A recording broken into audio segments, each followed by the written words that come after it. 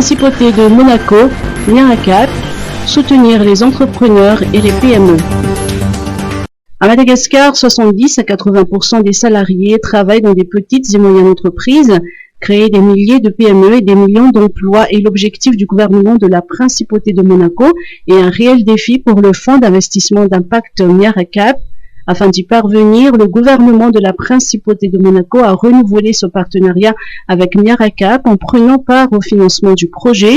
La contribution de Monaco d'un montant total de 200 000 € sur 3 ans, 2021 à 2023, sera administrée par MIRACAP.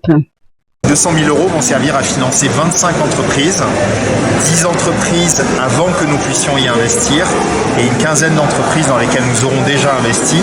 Les deux objectifs principaux, c'est d'abord de préparer les entreprises pour recevoir un investissement en capital. Je le rappelais tout à l'heure, 1 € d'assistance technique, c'est plus de 5 € de capital mobilisé, c'est plus de 50 € de revenus générés dans les entreprises. Donc c'est préparer les entreprises à recevoir un investissement en capital et à augmenter les revenus qu'elles généreront. Ça permettra aussi de financer des entreprises dans lesquelles nous avons déjà investi pour renforcer leur impact social, pour les structurer et finalement pour les rendre plus fortes. Après la crise sanitaire, les PME ont souffert et ont besoin d'un soutien, selon le DG de MIRACAP.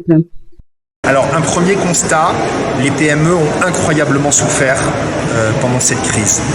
Il y a eu quelques dispositifs de soutien, principalement des décalages dans le paiement des charges sociales et des impôts. Ces dispositifs de soutien étaient salutaires, mais incroyablement insuffisants. Dans le secteur du tourisme, qui est un secteur important comme Madagascar, c'est 90% d'entreprises qui sont à l'arrêt.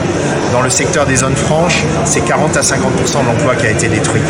Dans tous les secteurs qui dépendent de ces secteurs-là, notamment les secteurs de biens de grande consommation, c'est un premier trimestre qui est nettement en dessous, malgré la sortie de la crise sanitaire, du premier trimestre de 2020, et donc en fait des difficultés qui se profilent pour les entreprises.